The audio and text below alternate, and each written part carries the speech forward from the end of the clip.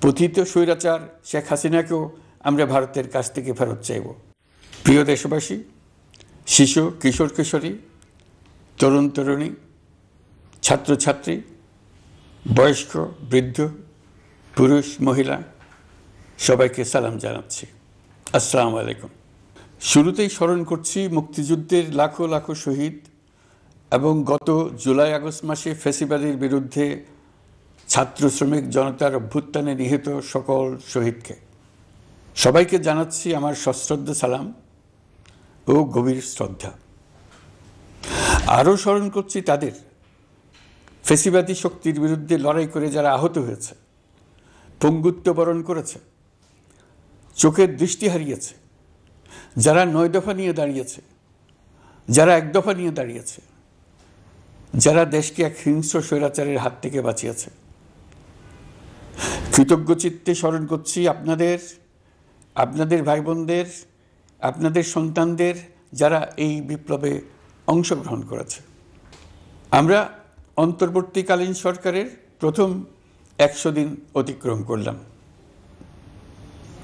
আপনারা জানেন কি কঠিন এক পরিস্থিতিতে আমাদের দায়িত্ব গ্রহণ করতে হয়েছে।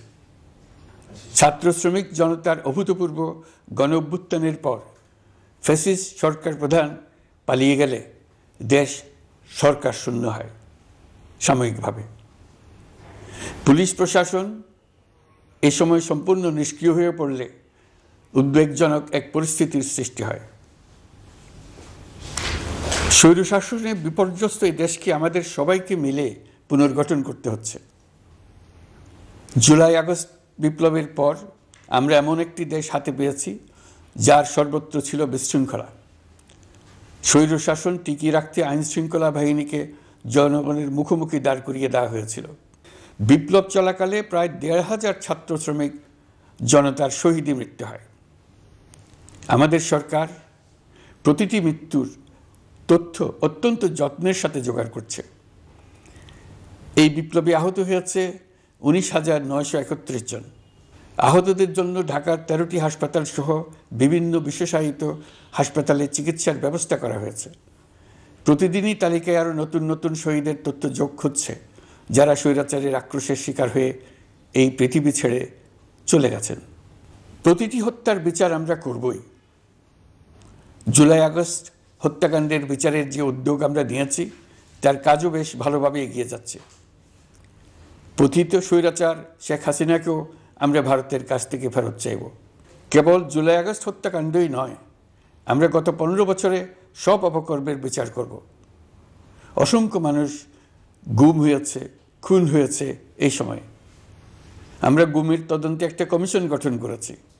কমিশন প্রধান আমাকে জানিয়েছেন অক্টোবর পর্যন্ত তারা ১৬০০ গুমের তথ্য পেয়েছেন। তাদের ধারণা এই সংখ্যা ৩৫০০ ছাড়িয়ে যাবে। অনেকেই কমিশনের কাছে গুমের অভিযোগ করতে ভয় পাচ্ছেন, এই ভেবে যে অভিযুক্ত ব্যক্তিদের দ্বারা তারা আবার আক্রান্ত হতে পারেন, ক্ষতিগ্রস্ত হতে পারেন। আমি আপনাদের আশ্বস্ত করতে চাই, আপনারা দ্বিধাহীন চিত্তে কমিশনকে আপনাদের অভিযোগ জানান। কারো সাধ্য নাই আপনাদের গায়ে আবার হাত দেয়। গুম কমিশনের সদস্যদের কাছে ভুক্তভোগীদের যে বিবরণ আমরা পেয়েছি তা অত্যন্ত মর্মান্তিক। জুলাই আগস্টের বিপ্লবের পর ছাত্রছাত্রীরা শহর বন্দরের দেয়ালে দেয়ালে তাদের মনের কথা লিখেছে। তাদেরও আগে যারা গুমের শিকার হয়েছে প্রতিটি গোপন আস্তানার দেয়ালে দেয়ালে তারা লিখে গেছেন তাদের কষ্টের মর্মস্পর্শী বিবরণ। তাদের এইসব কষ্টের কথা শুনে আমাদের হৃদয় কেঁপে উঠেছে। এসবের সঙ্গে জড়িতদের আমরা বিচারের কাঠগড়ায় দাঁড় করাবই।